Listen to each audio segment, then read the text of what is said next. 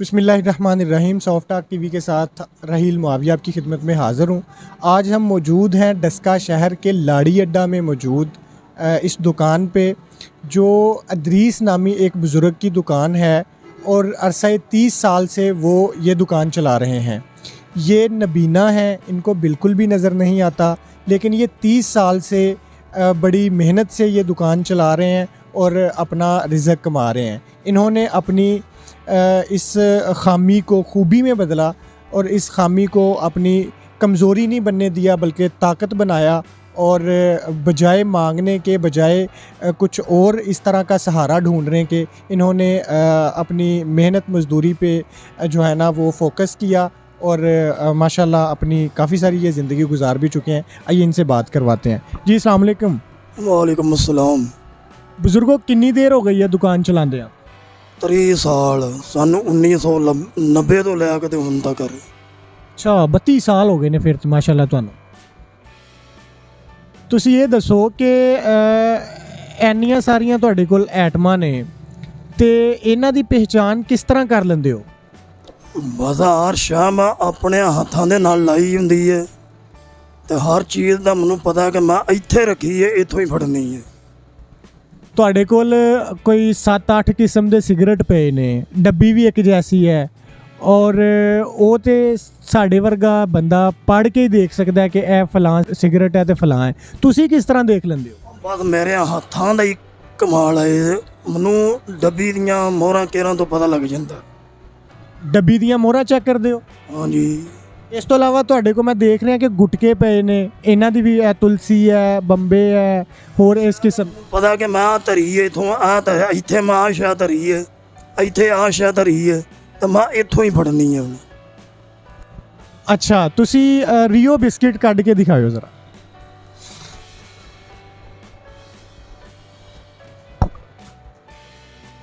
Super biscuit ਵੀ ਹੈ ਤੁਹਾਡੇ ਕੋਲ? ਹਾਂਜੀ, ਸੁਪਰ ਵੀ। ਉਹ ਕਿੱਥੇ ਹੈ? ਉਹ ਵੀ ਦਿਓ।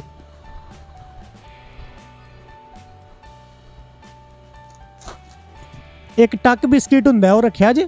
ਵੀ ਆ। ਜੇ ਕਿਸੇ ਨੇ ਨਮਕੀਨ ਖਾਣਾ ਹੋਏ ਤੇ ਜ਼ੀਰਾ ਪਲੱਸ ਚੱਲਦਾ ਹੈ, ਉਹ ਹੈਗਾ? ਹੈਗਾ। ਬੰਬੇ ਸਪਾਰੀ ਪਈ ਹੈ? ਬੰਬੇ ਸਪਾਰੀ? ਬੰਬੇ ਸਪਾਰੀ ਵੀ ਪਈ ਹੈ।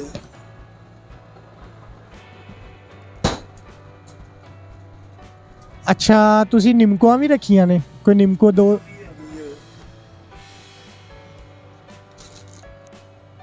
10 ਰੁਪਏ ਵਾਲੀ ਚਾਕਲੇਟ ਪਈ ਹੈ ਕਿਤੇ, ਚੈੱਕ ਕਰੋ।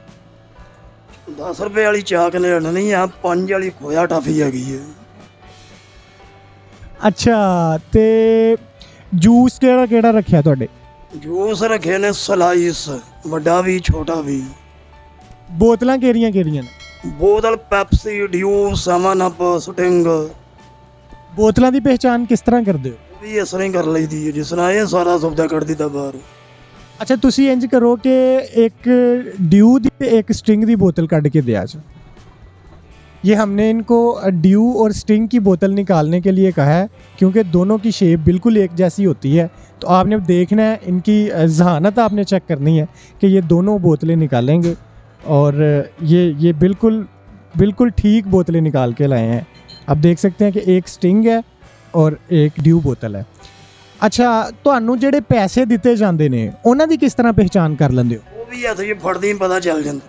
ये हमारे पास अब नोट्स हैं, ये हमने नोट इन्हें देने हैं और देखना है कि ये कौन कौन से हैं।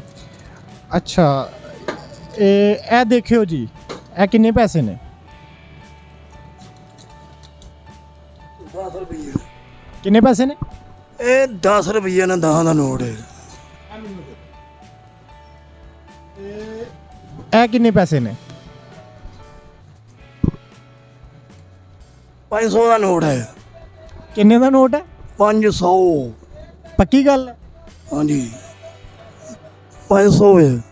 चलो ए मैनू दे दो। ए देखो, ਇਹ 1000 ਦਾ ਜੇ। किन्ने दा? 1000 ਇਹ 1000। ਅੱਛਾ, ਜਿਹੜੇ ਤੁਹਾਡੇ ਕੋਲ ਪਹਿਲੇ ਜੇਬ ਵਿੱਚ ਮੌਜੂਦ ਹੁੰਦੇ ਨੇ ਉਹਨਾਂ ਦਾ ਕਿਸ ਤਰ੍ਹਾਂ ਆਈਡੀਆ ਹੁੰਦਾ ਹੈ ਕਿ ਉਹ ਐਨੇ ਦਾ ਨੋਟ ਹੈ? ਇਹ ਤੇ ਤੁਸੀਂ ਨਾਪ ਕੇ ਦੇਖ ਲੈਂਦੇ ਹੋ, ਉਹ ਕਿਸ ਤਰ੍ਹਾਂ ਆਈਡੀਆ ਹੁੰਦਾ ਹੈ? ਇਹ ਐਸੇ ਤਾਂ ਨਹੀਂ ਹੈ, ਸਾਰੇ ਕੀਤੇ ਹੁੰਦੇ ਨੇ ਇਕੱਠੇ ਕਿ ਜਿਉਂ ਨੋਟ ਆਉਂਦਾ ਨਾ ਤਾਂ ਨੋਟ ਦੀ ਪੂਰੀ ਪਛਾਣ ਕਰਕੇ ਤੇ ਉਹਨੂੰ ਤਸੱਲੀ ਦੇ ਨਾਲ ਫਿਰ ਉਹਨੂੰ ਜੇਬ 'ਚ ਰੱਖੀਦਾ। ਅੱਛਾ, ਕੁਝ ਐਸੇ ਲੋਕ ਹੁੰਦੇ ਨੇ ਜਿਹੜੇ ਕੁਦਰਤੀ ਤੌਰ ਤੇ ਤੁਹਾਡੇ ਤਰ੍ਹਾਂ ਨਬੀਨਾ ਹੁੰਦੇ ਨੇ, ਲੇਕਿਨ ਉਹ ਕੰਮਕਾਰ ਕਰਨ ਦੀ ਬਜਾਏ ਮੰਗਣਾ ਜਿਹੜਾ ਨਾ ਤਰਜੀਹ ਦੇਣਾ ਸ਼ੁਰੂ ਕਰ ਦਿੰਦੇ ਨੇ। ਤੁਸੀਂ ਉਹਨਾਂ ਨੂੰ ਕੀ ਪੈਗਾਮ ਦੇਣਾ ਚਾਹੋਗੇ? ਉਹ ਯਾਰ ਉਹ ਪੈਗਾਮ ਅੱਗੇ ਮੈਂ ਦਿੰਦਾ ਰਿਹਾ, ਪਰ ਇਹ ਤੇ ਹਕੂਮਤ ਹੀ ਉਹਨਾਂ ਦਾ ਖਿਆਲ ਕਰੇ ਤੇ ਕਰ ਸਕਦੀ ਹੈ। ਬਾਕੀ ਹੁਣ ਮੈਂ ਉਹਨਾਂ ਦੇ ਬਾਰੇ ਖਿਆਲ ਕੀ ਦੇ ਸਕਣਾ। ਹਕੂਮਤ ਦੇ ਵੱਲੋਂ ਤੁਹਾਨੂੰ ਕੀ ਅਪੀਲ ਕਰੋਗੇ ਕਿ ਹਕੂਮਤ ਕਿਸ ਤਰ੍ਹਾਂ ਜਿਹੜਾ ਨਾ ਉਹ ਖਿਆਲ ਕਰ ਸਕਦੀ ਹੈ? ਜਿਹੜੇ ਮੰਗਦੇ ਨੇ ਨਾ ਆਪਣੀ ਮਜ਼ਦੂਰੀ ਦੀ ਤਾਹ ਤੇ, ਉਹਨਾਂ ਨੂੰ ਹਕੂਮਤ ਨੂੰ ਤੇ ਖਰਚਾ ਦੇਣਾ ਚਾਹੀਦਾ। ਕੋਈ ਮਜ਼ਦੂਰ ਅੱਖਾਂ ਤੋਂ ਨਬੀਨਾ ਹੋ ਗਿਆ ਜਾਂ ਲੂਲਾ ਲੰਗੜਾ ਜਾਂ ਕਿਸ ਤਰ੍ਹਾਂ ਵੀ ਹੈ, ਤੇ ਜਿਹੜੇ ਬਿਲਾ ਵਜ੍ਹਾ ਮੰਗਦੇ ਨੇ ਸਹੀ ਬਿਲਕੁਲ ਠੀਕ ਠਾਕ ਹੋ ਕੇ ਉਹਨਾਂ ਨੂੰ ਰੋਕਣਾ ਚਾਹੀਦਾ। ਹਕੂਮਤ ਉਹਨਾਂ ਨੂੰ ਰੋਕੇ ਤਾਂ ਰੁਕ ਸਕਦੇ ਨੇ ना। चलें, बहुत शुक्रिया। ये जी हमारे साथ मौजूद थे और आप देख सकते हैं कि माशाल्लाह अल्लाह पाक ने इन्हें कितनी जहानत से नवाजा हुआ है। ये नोट भी बड़ी अच्छे तरीके से पहचानते हैं। अगर इनसे कोई पहचानने में गलती हो जाती है तो ये जेब से नोट निकालते हैं, उसके साथ मापते हैं और माप के फ़ौरन बता देते हैं कि ये इतने का नोट है।